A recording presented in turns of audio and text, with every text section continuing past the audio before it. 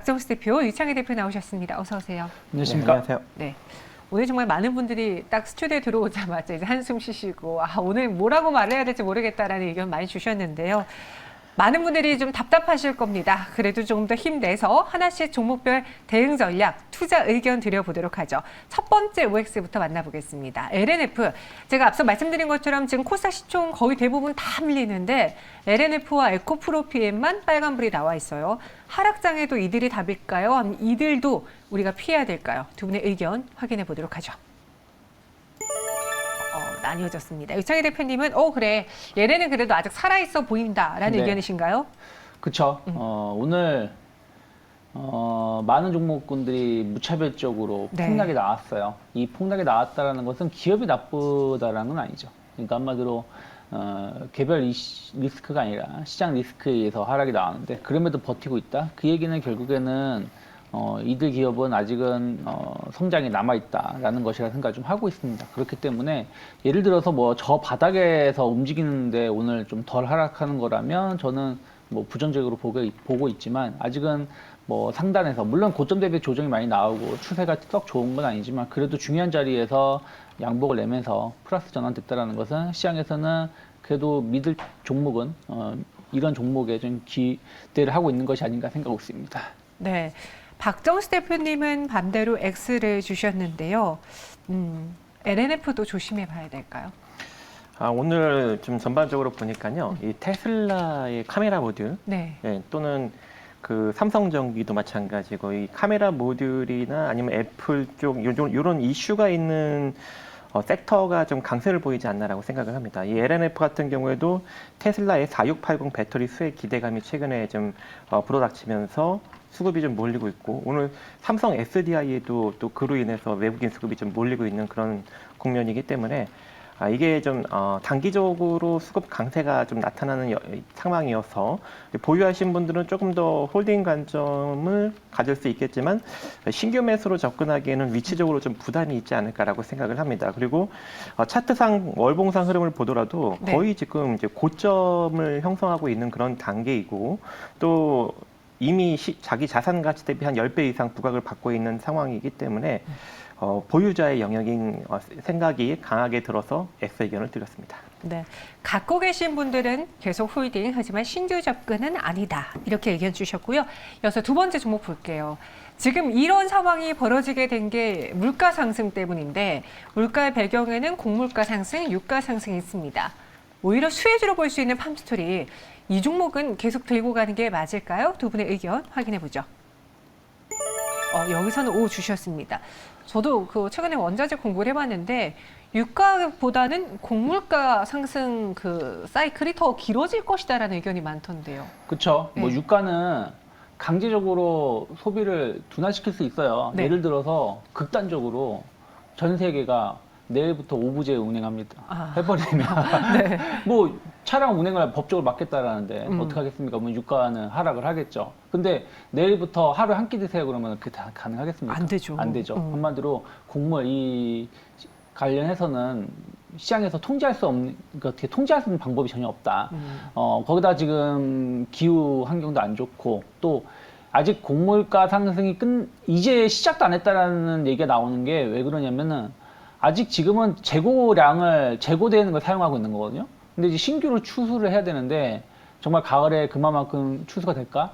그것이 정말 창고 바닥에 확인되면은 곡물가 상승은 진짜 우리가 겁날 정도로 오를 수도 있기 때문에 관련된 기업들은 조금 더 좀 행보세 저점이 확인되면 조금 모아가신 전략도 나쁘진 않다 생각하고 있습니다. 네, 사실 단기 트레이딩으로 보신 분들이 많으셨을 텐데요. 이제는 하나의 사이클로 우상향할 수 있는 대표적인 섹터 중에 하나가 곡물, 이 농업주입니다. 팜스토리 두 분 모두 O로 일치가 됐고요. 마지막은 하이브 볼게요. 52주 신저가를 기록했고 사실 엔터주 내에서도 낙폭이 좀 큰 상황. 그동안의 스코어도 좋지 않았는데요. 이번에 BTS에도 신곡도 나왔는데 하이브의 주가는 아직 살아나긴 좀 어려울까요? 두 분의 의견 보겠습니다. 아직까지는 X인데요. 하이브, 다른 엔터주 대비 좋지 않은 이유가 무엇일까요? 네, 일단은 두 가지 이유가 있는 것 같습니다. 일단 이번에 10년차 앨범이 나왔는데 신곡이 3곡밖에 포함이 되지 않아서 이 대중음악 시상식 후보에도 오르지 못하는, 즉 인기몰이를 할 수 없는 상황이기 때문에 이 매출에 대한 우려가 좀 나타나고 있는 것 같고요. 거기다가 방탄소년단의 이 군입대 문제, 만약에 이제 면제가 되지 않는다면 최연장자인 진이 이제 군입대를 하게 돼서 인원수가 줄게 되죠. 그래서 이러한 것들이 전반적으로 좀 영향을 미쳐서 실적 우려로 주가가 하락이 나타나지 않았나라고 생각을 하고 있고, 이미 또 자산 가치 대비 하이브는 또 상당히 많이 부각이 돼 있던 종목이었기 때문에 이러한 요인들이 이런 프리미엄이 잔뜩 붙은 주가를 좀 빼는 것이 아닌가라고 생각을 합니다. 그리고 또 기술적으로 20만 7천 원이 좀 강력한 지지 라인이 될 수 있는 자리였는데 그 자리까지도 오늘 좀 속절없이 깨지고 있는 그런 상황이기 때문에 앞으로 만약에 이대로 주가가 계속 밀리게 된다면 14만 원 정도 자리까지도, 그러니까 상장 시점에 좀 밀렸던 자리까지도 내려갈 수 있는 여지가 존재하지 않을까라고 생각을 합니다. 네, 하이브. 그래서 두 분 모두 X로 일치가 되었습니다. 그럼 마지막에 장 마치기 전에 오늘 입장 좀 눈여겨볼 만한 종목 뭐가 있을까요? 마감에 산다 열어볼게요. 키워드부터 보면요. 인플레이션 수혜와 팹리스 챌린지 대회라고 해주셨는데, 사실 제가 오늘 작가님께 두 분이 살 종목이 없다라고 하면 안 삽니다라고 이렇게 써도 된다라고 말씀을 드렸는데 미리 말 좀 해주시죠. 네, 이미 종목을 주셨더라고요. 근데 오늘 같은 날 사실 억지로 뽑으셨습니까? 아니면 그래도 정말 살 수 있는 종목이 있어 보여서 뽑으셨습니까? 그 살 수 있는 거 뽑죠. 억지로 뽑는 게 어디겠습니까? 아, 그래도 안 살 수 있으면 안 사는 게 좋다 이런 의견이라면. 그건 그렇지만. 네, 네. 알겠습니다. 과연 인플레 수혜와 팹리스 챌린지 대회 안에는 어떤 종목이 있을까요? 열어보도록 하죠. 포스코 인터내셔널 그리고 어보브 반도체를 꼽아주셨는데요. 저도 이제 포트폴리오를 너 뭘로 바꿀래 하면은 저 무조건 인플레이션 수혜주로 다 바꾸고 싶어요 라는 의견이 있을 정도로 지금 심각하게 그쪽에 대한 그 투자 의견이 강한 상황인데요. 포스코 인터내셔널은 어떤 수혜가 있습니까? 네, 일단은 상사주죠. 네. 그러니까 저는 다시 또 돌고 돌아 상사주가 수혜를 입을 수 있다 생각을 좀 하고 있어요. 왜냐하면 상사주들은 결국에는 수입을 해서 트레이딩을 하는 업체다 보니까 이런 인플레 상승이 이루어진다면 그와 관련해서 반사이익을 누릴 수 있다 생각을 좀 하고 있는데요. 특히 이제 포스코 인터내셔널 같은 경우는 이제 에너지 쪽에 좀 강점이 갖고 있죠. 무슨 얘기냐면 지금 에너지 가격은 계속 고공행진을 하고 있고 수요는 계속해서 늘어나는 흐름들, 그러면서 이제 유가가 많이 올라왔습니다. 근데 이제부터 이제 6월 초여름 시작인데 지금부터 우리가 봐야 될 건 가스주라고 생각을 좀 하고 있어요. 왜 그러냐면 이제 날씨가 쌀쌀해지게 된다면 가스 소비가 많아지지 않겠습니까? 그렇죠. 특히 유럽은 겨울이 우리나라보다 조금 일찍 옵니다. 유럽에서 태양광 발전이 약한 이유가 그 일조량이 약해서 그러고 다른 나라에 비해서 약해서 그러거든요. 그래서 풍력을 미는 이유가 그런 건데, 그러면은 가스 소비가 많아지게 되면 가스를 미리 재고를 쌓아놔야 되잖아요. 그렇다면 그런 부분들이 천연가스 가격 하락을 제한시킬 것이다. 그러면은 뭐 포스코 인터내셔널은 미얀마 가스전이라든지 그동안 좀 좋은 결과를 못 봤던 이런 부분들이 이제는 좀 긍정적인 역할을 해줄 수 있다 생각하고 있고요. 거기다가 이제 농산물 가격 상승이라는 것이죠. 우리나라 많은 상사주들이 팜이라든지 이런 부분 투자를 많이 해놨습니다. 그래서 그런 부분들도 수익성이 상당히 좋아지는 부분들이 있고요. 거기다가 전기차 모터코어 관련해서도 성장 모멘텀 본다라면 오늘 뭐 다 하락하고 있기 때문에 3% 네. 정도 하락하고 있지만 저는 뭐 23,000원 크게 이탈하지 않는다라면 뭐 고점대 돌파 가능성 열어놓고 분할 매수 충분히 이루어질 수 있다 생각하고 있고 목표가 3만 원 여전히 열어놓고 있습니다. 네, 포스코 인터내셔널 목표 주가 3만 원, 순저가 23,000원 제시해 드렸습니다. 초반에 물가 상승 때문에 상사가 반짝 오르다가 네. 다시 좀 밀렸었거든요. 네. 그런데 다시 돌고 돌아 상사가 수혜를 볼 것이다 라고 포스코 인터내셔널을 꼽아주셨고요. 팹리스 챌린지 대회, 어보브 반도체를 뽑으신 이유는 알겠는데 이 키워드를 꼽은 이유가 궁금해요. 챌린지 대회? 네, 이 이슈가 네. 뭐가 있나라고 찾아봤더니 다음 달에 이제 정부랑 삼성전자에서 이 팹리스 업체를 좀 밀어주기 위해서 네. 대회를 개최해서 이제 업체를 선정을 해서 도움을 준다고 해요. 그래서 지금 당장은 시장 때문에 하락이 나오지만 다음 달에 이제 이러한 이슈가 만약에 생기게 된다면 급반등으로 상승력이 나타날 수 있는 업체가 있지 않을까라고 생각을 해서 어보브 반도체를 꼽아보았고요.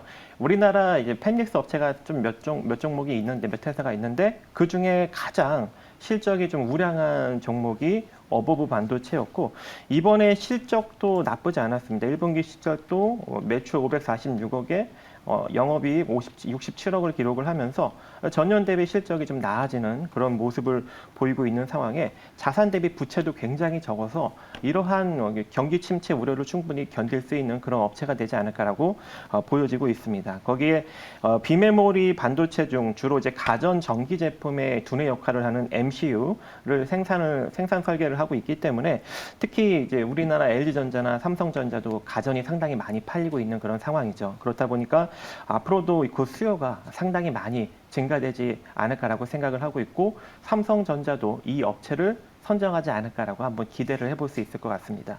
그리고 수급적으로 보면은 최근 들어서 이 메이저 특히 이제 기관의 순매수력이 하락하는 와중에도 지속적으로 좀 유입이 되고 있기 때문에 시장만 조금 괜찮아진다면 기술적 반등력도 충분히 나타날 수 있는 여지 존재하지 않을까라고 생각을 합니다. 그래서 오늘 한 12,000원 정도에 마무리될 것 같은데요.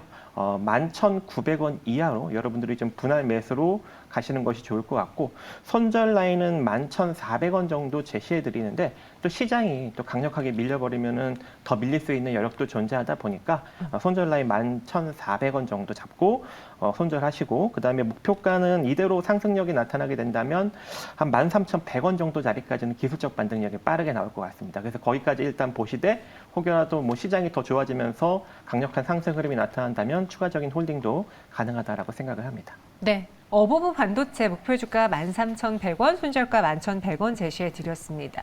대표님, 오늘 또 저희 시청자분들이 좀 궁금해했던 게 지금 금리 뭐 0.5%, 0.75%포인트 네. 인상 이야기가 나오잖아요. 어떻게 보면은 빅스텝이 자연 스텝보단 나아 보이지만 또 이거 빨리빨리 안 하면 타이밍 놓쳐서 네. 해버리는 게 나을 수도 있고 뭐 이런 생각이 드는데 이 금리 인상에 대해서는 지금 유창희 대표님 무엇이 가장 중요하다고 보십니까? 저는 지금은 금리 인상이 포커스가 아니라 생각하고 있어요. 오히려 물가? 그렇죠. 예. 그러니까 물가, 그러니까 제 얘기는 그 뜻이 아니라 네. 경기 침체냐 아니냐. 아. 그러니까 금리 인상을 네네. 솔직히 0.5% 하나, 0.75% 하나, 0.25% 차이가 얼마나 나겠습니까? 중요한 거는 그로 인해서 내년 초에 경기 침체가 올까 말까 하던 것들이 이제 와야겠네. 경기 침체가 와야지 이거 물가 잡히겠네 하는 심리로 좀 가는 것이기 때문에 네. 지난 주말 그러니까 목금 미국 증시가 급락이 나온 것이고 오늘도 지금 시간에서 지금 급락이 나오고 있는 것이라고 보고 있기 때문에 지금은 금리가 중요한 게 아니라 경기 침체인데 이것을 이제 내일 모레 FOMC가 어떻게 잘 컨트롤할지 그것을 좀 지켜보자는 심리가 아닐까 생각하고 있습니다.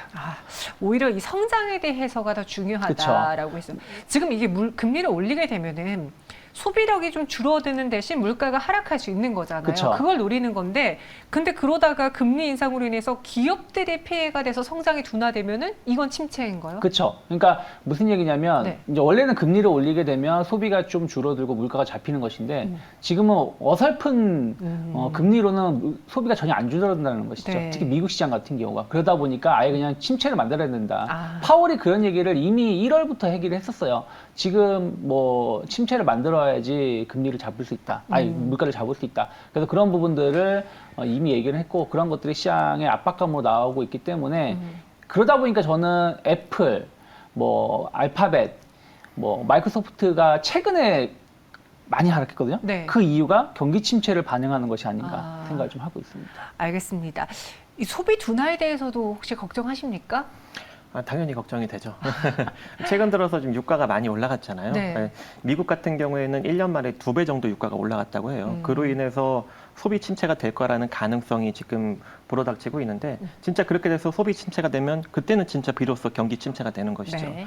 그래서 현재 이 상황을 좀 타개하려면 유가부터 좀 내려가야 물가 지수인 이 CPI 지수도 좀 내려갈 수 있는 여력이 생기고 그로 인해서 이 긴축 우려가 조금 완화되지 않을까라고 생각을 합니다. 네, 알겠습니다. 이렇게 두 분 의견 들어봤고요. 마감 동시효과 함께 하셨습니다.